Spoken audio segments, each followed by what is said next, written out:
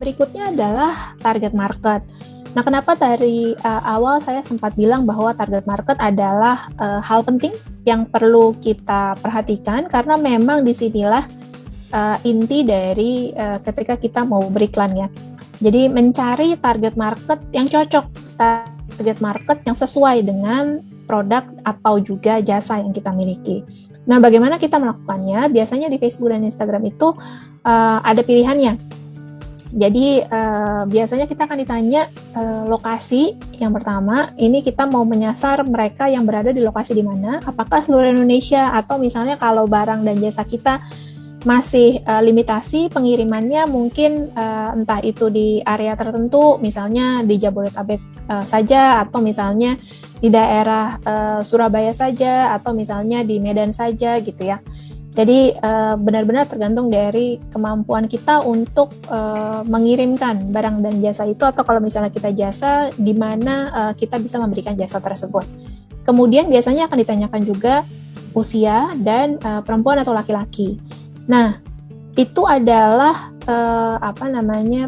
penentuan target market yang memang sudah standar. Nah, berikutnya yang perlu juga untuk kemudian dicari adalah siapa dan apa kebiasaan dari target market kita. Misalnya, di dalam Facebook dan Instagram itu ada pertanyaan tentang kesukaannya mereka apa atau pembagian lebih detailnya itu apa. Misalnya seperti ini, kalau misalnya adalah produk kita untuk ibu dengan anak di bawah 3 tahun, berarti kita kemudian perlu untuk melihat selain kita sudah menentukan usia, kita juga nanti bisa melihat interestnya mereka apa. Misalnya ibu dengan anak di bawah 3 tahun ternyata suka untuk kemudian melihat pendidikan anak usia dini gitu misalnya. Atau misalnya kita lihat untuk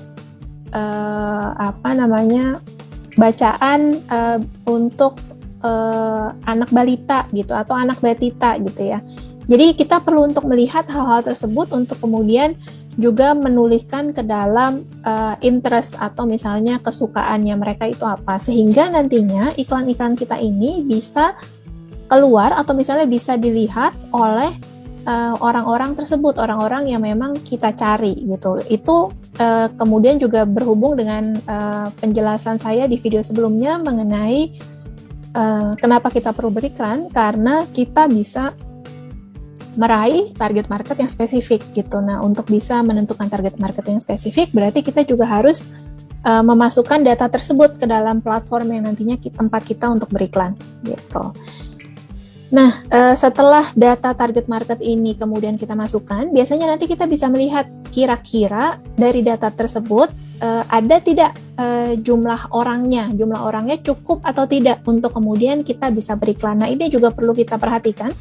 Karena biasanya kalau misalnya terlalu sedikit, itu iklannya tidak akan berjalan maksimal, dan kalau misalnya terlalu lebar gitu ya, target marketnya itu juga tidak akan berjalan maksimal. Jadi biasanya kalau nanti kita beriklan melalui Facebook Ads Manager, itu ada kayak jarumnya gitu ya, dia akan menunjukkan bahwa ada angkanya merah. Kalau di merah berarti kita harus sesuaikan lagi agar dia tetap berada di zona hijau gitu. Zona hijau ini berarti target market yang sudah kita siapkan, yang sudah kita pilih itu dalam range atau dalam jangkauan yang baik gitu. Nah, yang terakhir jangan lupa juga untuk punya materi kreatif. Nah, materi kreatif di sini kalau memang misalnya kita punya 2 target market berbeda yang mau kita sasar, sebisa mungkin materi kreatifnya juga kita sesuaikan dengan target market yang akan disasar tersebut gitu. Nah, materi kreatif ini juga nantinya bisa kita lihat gitu ya, bisa kita pelajari bagaimana cara melakukan optimasi atau memaksimalkan materi kreatif. Nanti ada di video-video selanjutnya tentang bagaimana caranya gitu. Nah, yang juga perlu diingat dan ini juga menarik karena bentukan iklan di dalam platform sosial media itu bentuknya adalah kita yang menjalankan iklannya. Ini berarti kendalinya memang keseluruhannya ada di tangan kita gitu. Jadi dalam artian kita yang menyiapkan semua materinya, mulai dari kita menyiapkan tujuannya apa, target marketnya siapa, dan juga materi kreatifnya. Kemudian kita jugalah yang memasukkan data tersebut ke dalam platformnya, ke dalam formulir yang disediakan oleh platform.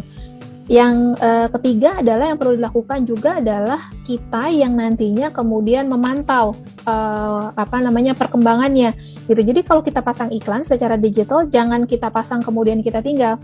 Itu juga bisa, cuma yang perlu kita lakukan adalah memang secara bertahap itu kita lihat ulang, itu kita perhatikan gitu ya secara bertahap.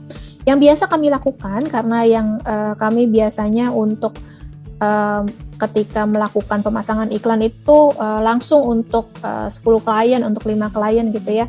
Itu biasanya kita punya data harian gitu. Jadi kita pakai sebuah Excel sheets untuk kemudian mendata atau mengikuti apakah performa harian dan performa mingguan dari iklan-iklan yang kita pasang ini itu sudah sesuai dengan target gitu. Itu karena kendalinya ada di tangan kita. Jadi kalau misalnya kemudian materinya itu tidak memenuhi target, berarti yang bisa kita lakukan adalah melakukan perbaikan terhadap materi tersebut. Nah, perbaikan-perbaikan ini sebutannya adalah kita melakukan optimasi terhadap iklan yang kita pasang. Nah, nanti ada materi-materi selanjutnya tentang bagaimana kita bisa melakukan optimasi ini. Gitu. Kurang lebih ini penjelasan mengenai bagaimana dan apa saja yang perlu kita perhatikan kalau kita mau beriklan secara digital.